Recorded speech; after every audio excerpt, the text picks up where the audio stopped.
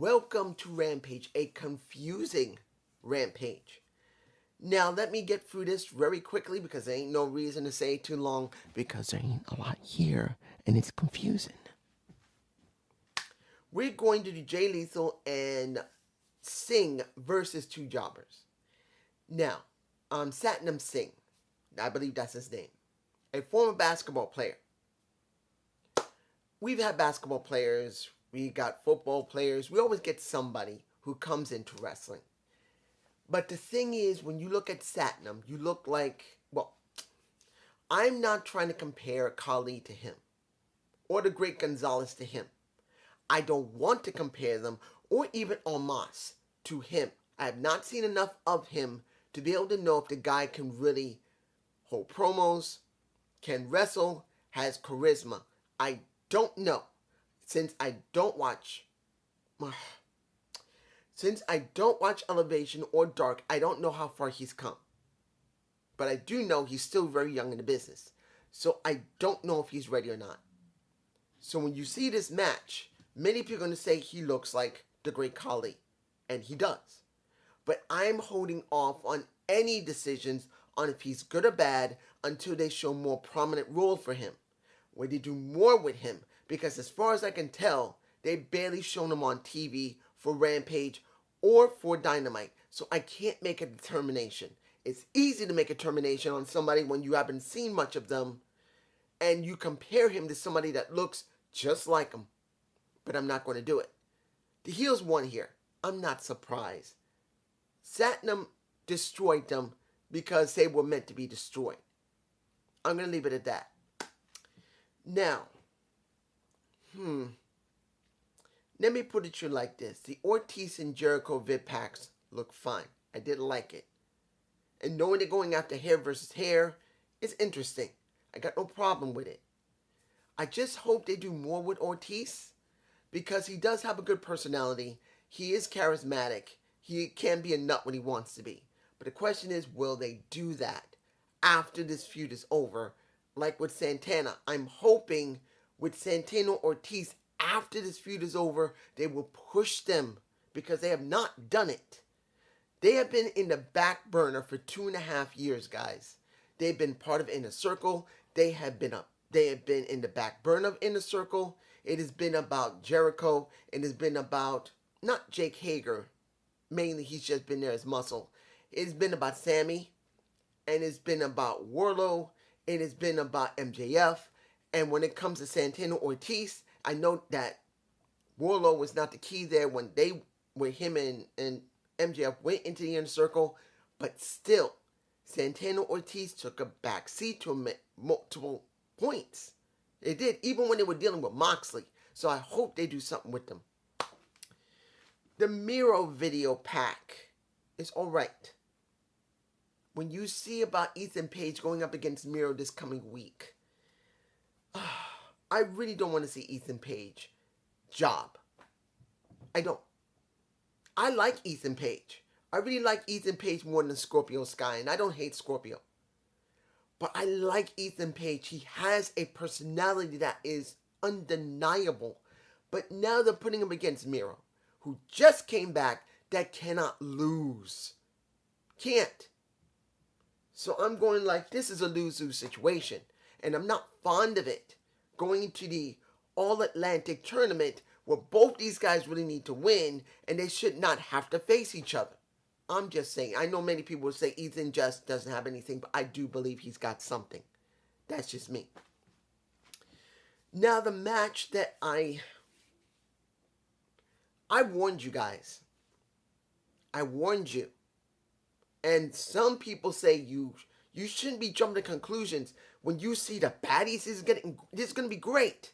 Why are you basically burying them? What has Red Velvet done?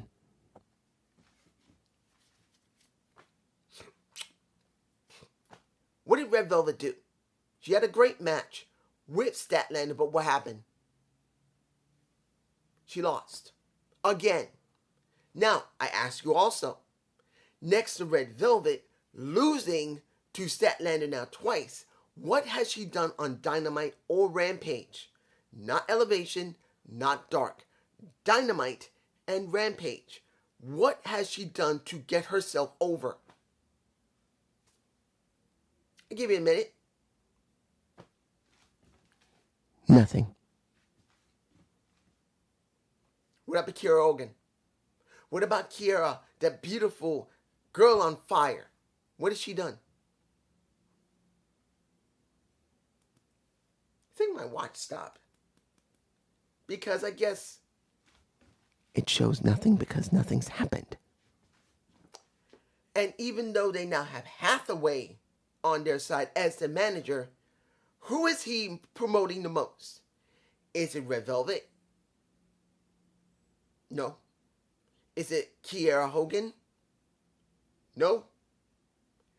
Is it Jade Cargill? Yes.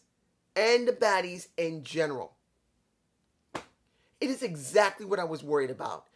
They put Jade Cargill with two other girls who basically would be cannon fodder for her. Basically, they would be in front of her to make sure that she doesn't have to job much. Now understand, Jade needs that.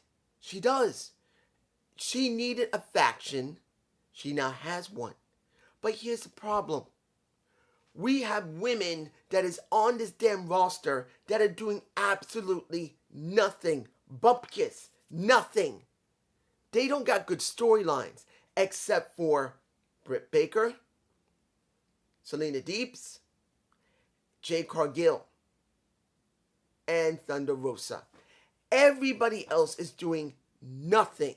So you see, not now, 3 black women. You also see 1 black man instead of a white man, where a lot of people say, oh, this is great, all black faction.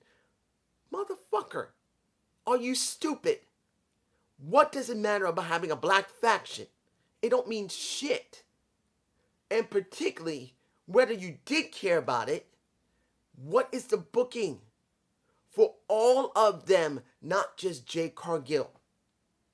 What is the point of sticking Red Velvet and Kiera Hogan together if it's only just to get a Jade Cargill over and Kiera Hogan gets nothing and Red Velvet gets nothing except getting her ass whooped not once by Statlander, but now twice. Chris Statlander has whooped her ass. And get this, she got her ass whooped. Then her friends whoop the ass of Statlander. Then Anna Jay gets her ass whooped, but Athena doesn't get her ass whooped. Fine. This looks great for Athena. But the question's going to be, at Forbidden Door, will you actually get something interesting for Jade Cargill? And definitely the incoming Athena. I am so scared for Athena. I'm scared.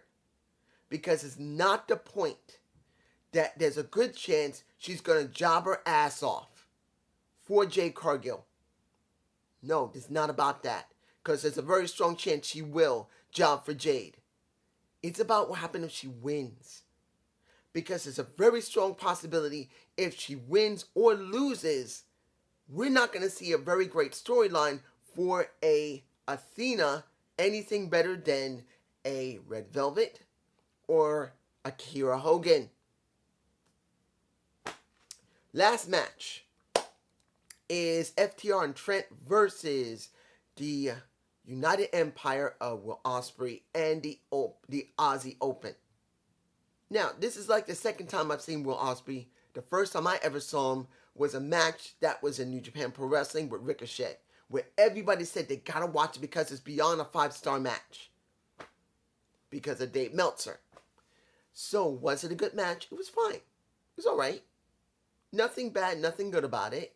But I will say this, which is confusing, like what's going on with Kiera Hogan, Red Velvet, and what I'm going to talk about when it comes to Eddie Kingston. This was confusing. Why? If these guys are so important, why are they on a rampage? Why didn't they promote the hell out of Will Ospreay and the Aussie Open a little bit more? Why was this done on a rampage when, if they're supposed to be so important, United Empire, where they lost, wouldn't it have been better to put it on a Dynamite and make that the main event? I don't believe Forbidden Door is going to be crap. But due to the fact of how they book these guys, because notoriously, Japanese wrestlers or any wrestlers that come from Japan or Mexico, they really don't get very good presentation or even have enough time to get presentation. They get 1 week and that's it. I wish they would do a little more building of making them mean something. The match was not bad. A trios match wasn't bad. It wasn't. And I was surprised that United Empire lost. Maybe that's the reason why they were on Rampage, but still. I'll give it to you like this. It should have been on Dynamite, this match. And now finally, the last thing I'm going to talk about will be Eddie Kingston. This is not about the match. Eddie winning, he was going to win. Jake was not going to win here. It was about Eddie. But here's the thing. As I said in my Dynamite review, did Eddie lose? Was Eddie eliminated? You could watch back the footage yourself for that Battle Royal. Eddie went through the middle rope along with Garcia.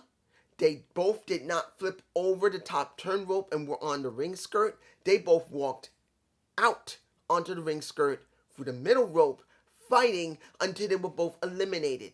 Now, if I remember a Battle Royal, you got to go over the top turn rope, and that's how they acted. So I'm going like, what the fuck? Once again, they did this to Eddie. And the kicker is, during this match, people were cheering their asses off for Eddie. Eddie is incredibly over. He was incredibly over. And I'm going, as I said in my review on Wednesday, what will happen if Eddie Kingston won? If he had won the Battle Royal, he would have gone up against Moxley and he could have had a really great promo saying, Mox, you know I love you. I love you, my brother. You're my brother, but this is my chance to do something different, something special. I gotta win. And Mox would do what he does. And then they have the match, and Eddie won, and he finally gets to get something he's been wanting for decades. A future shot, counting if he won at Forbidden Door, a future shot at CM Punk, one of the peers that he had. I actually did a video for AEW about Eddie Kingston finally getting respect and getting a damn title. And this is where I'm going. Where are they going with Eddie? He's over with the crowd. He has storylines with Samoa Joe, Bryan Danielson. He already did one with CM Punk. He could actually gain something from this, and if they threw the main title on him, it would mean something, but they're not doing it. They got Mox going up against whoever's going to win in New Japan Pro Wrestling for this Sunday, I believe. So I'm going like, what? Why? What is wrong? I don't get Tony. I don't. This is just me. I know I'm an idiot. You're looking at an idiot here. I'm an idiot. But even I can see that they got an automatic story with Eddie Kingston. I know he's not as big as Darby Allin. He's not as big as Wardlow. He's not as big as Chris Jericho. I know he's not as big as CM Punk, but you will have a meaningful story. But it's just me. You guys tell me below what you think. Have a good day. Have a good night. Peace.